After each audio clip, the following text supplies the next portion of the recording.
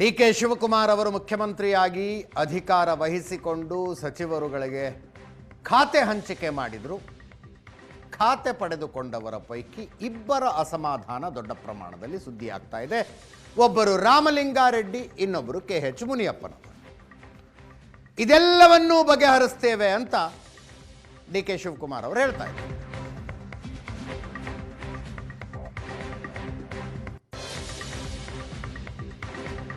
ಮುನಿಯಪ್ಪನವರ ಜೊತೆಗೆ ನಾನು ರಾಹುಲ್ ಗಾಂಧಿ ಇಬ್ಬರೂ ಮಾತಾಡಿದ್ದೀವಿ. ಅವರು ಪಕ್ಷ ಕೊಟ್ಟ ಕೆಲಸ ಮಾಡ್ತೀನಿ ಅಂದಿದ್ದಾರೆ.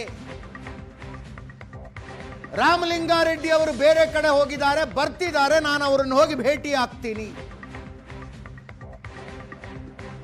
ಮುಖ್ಯಮಂತ್ರಿ ಡಿ.ಕೆ. ಶಿವಕುಮಾರ್ ಅವರು ಹೇಳಿದ ಮಾತು ಜೊತೆಗೆ 3 ವರ್ಷಗಳ ಹಿಂದೆ ಮಾತು ಕೊಟ್ಟಿದ್ದನ್ನು ಕೂಡ ಅವರು ಒಪ್ಕೊಂಡ್ರು. ಹೌದು, ಹಿಂಗಾಗಿದ್ದು ನಿಜ ಅಂತ.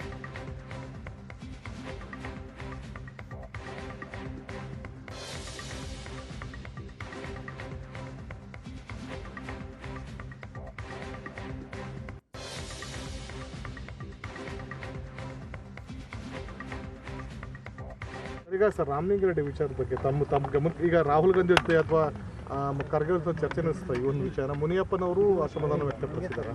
ಎಲ್ಲ ಮುನಿಯಪ್ಪನವರು ಅಸಮಾಧಾನ ಹೇಳಿದ್ದಾಯಿತು, ಒಪ್ಪಿಸಿದ್ದಾಯಿತು. ರಾಹುಲ್ ಗಾಂಧಿಯವರು ಅವ್ರಿಗೆ ಹೇಳಿದ್ದಾಯಿತು, ನಾನು ಮಾತಾಡಿದ್ದಾಯಿತು. ಮುನಿಯಪ್ಪನವರು ಖುಷಿಯಾಗಿ ಸಂತೋಷದಿಂದ ನೀವೇನು ಕೊಟ್ಟು ನಾವು ಸ್ವೀಕಾರ ಮಾಡ್ತೀವಿ ಅಂತೇಳಿ ಹೇಳಿ ಅವರು ನಾನು ಪಕ್ಷಕ್ಕೆ ದುಡಿತೀನಿ ಅಂತ ಹೇಳುವಾಗಾಯಿತು.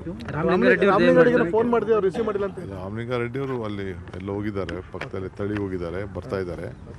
ನಾನು ಅವ್ರನ್ನ ಭೇಟಿ ಮಾಡ್ತೀನಿ. Is A very senior leader. ಅವೆಲ್ಲ ಹಂಗೆಲ್ಲ ನಾನು ಅವ್ರಿಗೆ ಆದಮೇಲೆ ನಾನು ಮುಂದಕ್ಕೆ ಬಂದಾಗ ನಿನಗೆ ಈ ಖಾತೆ ಕೊಡ್ತೀನಿ ಅಂತ ಹೇಳಿದ್ದು ನಿಜ.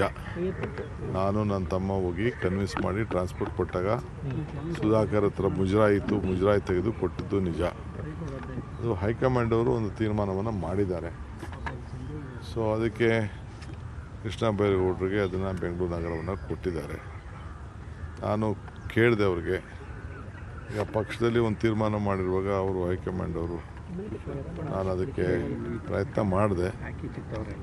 ನೋಡೋಣ, ಇರಲಿ, ಅದಾಗಿದೆ. ಈಗ ಅವ್ರ ಹತ್ರ ಮಾತಾಡಿದ್ದು ದೊಡ್ಡ ಖಾತೆ. ಅವ್ರೇನಪ್ಪ ಅಂದರೆ, ನಾನು ನಗರದಲ್ಲಿರೋನು, ನನ್ನ ಬದುಕು ರಾಜಕೀಯ ಎಲ್ಲ ಕೂಡ ಒಬ್ಬ ಕಾರ್ಪೊರೇಟ್ರಾಗಿ ಬೆಳೆದಿದ್ದವನು. ಅವ್ರು ಕೇಳೋದ್ರಲ್ಲಿ ತಪ್ಪೇನಿಲ್ಲ, ಕೊಟ್ಟದ್ದು ಮಾತತ್ತು ನಿಜ. ಈಗ ಅವ್ರಿಗೇನಾರು ಮಾಡಿ ಸಮಜಾಯಿಷಿ ಹೇಳಬೇಕು, ಮಾತಾಡ್ತೀವಿ. ಏನೇ ಮಾಡಿದ್ರು ನಮ್ಮ ಪಕ್ಷದ ವರಿಷ್ಠರು ಬಿಟ್ಟು ನಾನು ಮಾತಾಡೋಕ್ಕಾಗಲ್ಲ. ರಾಹುಲ್ ಗಾಂಧಿ ಏನು ಸಂದೇಶ ಕೊಟ್ಟರು ಸರ್ ರಾಜ್ಯದ ಈ ಬೇರೆ ಬೆಳವಣಿಗೆ ಬಗ್ಗೆ? ಕ್ಯಾಬಿನೆಟ್ ಎಕ್ಸ್ಪೆನ್ಷನ್ ಇರ್ಬೋದು, ರಾಜ್ಯದಲ್ಲಿ ಏನು ಅವ್ರಿಗೆಲ್ಲ ಕಂಪ್ಲೀಟ್ ಎಲ್ಲ ಮೀಡಿಯಾ ಇಡೀ ರಾಷ್ಟ್ರದಲ್ಲೇ ಅವ್ರಿಗೊಂದು ದೊಡ್ಡ ಸಂಚಲನ ಉಂಟಾಗಿದೆ ಅನ್ನೋದು ಒಂದು ಮೆಸೇಜ್ ಇದೆ. ಕಾರ್ಯಕರ್ತರು ಭಾಳ ಉರುಪಿದೆ, ಅದೆಲ್ಲ ಅವ್ರಿಗೆ ಮಾಹಿತಿ ಇದೆ. ನಮ್ಮ ಮೇಲೆ ಹೆಚ್ಚಿಗೆ ಜವಾಬ್ದಾರಿ ಇದೆ. ಆ ಜವಾಬ್ದಾರಿಯನ್ನು ಏನು ನಮ್ಮ ಮೇಲೆ ಓಟ್ ಹಾಕ್ತಂಥ ಮತದಾರರು ಏನು ವಿಶ್ವಾಸ ವ್ಯಕ್ತಪಡಿಸಿದ್ದಾರೆ ಅದನ್ನು ಉಳಿಸ್ಕೊಂಡು ನಾವೆಲ್ಲ ಸೇರಿ ಕೆಲಸ ಮಾಡಬೇಕು.